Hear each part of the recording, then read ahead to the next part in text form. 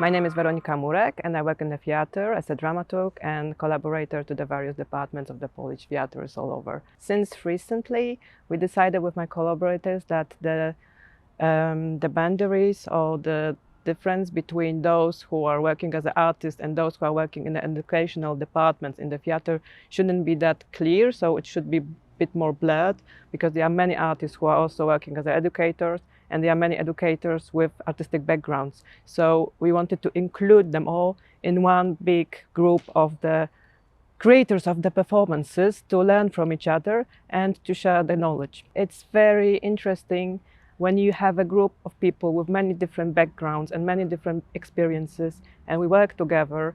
It's very good opportunity to share the knowledge and also those experiences to make the work easier, and to talk about those things that you wouldn't even consider to be a part of something that you would deal with professionally. We do consider ourselves sometimes as a privilege, because we are one of those happy few who have the luck to do in their professional life what they love. So to deal with art, with any kind of artistic background and arts.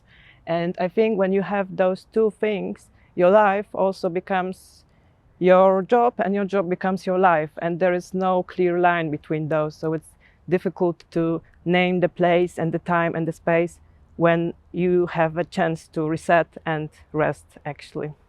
I remember one of those striking things to me was the moment when we were discussing a topic related with boundaries in the theaters with the actors, who are always, sometimes, but quite often trained to not to be able to say no to the director and the creators, because they would like to be as professional as it gets. But sometimes they would also have the problem with being burnout, and so on and so on.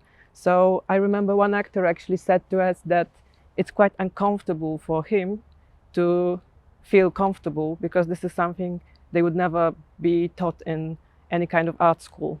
So I think it's also important to make the strict division between your passion and your leisure time, and try to find something which would be a little bit different. So if you would dwell with theater professionally, then I would recommend to try to find a way to spend that leisure time maybe in a bit different,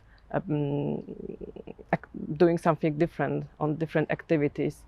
And I also think that somehow trying to avoid the burnout is also related, of course, with trying to avoid the routine.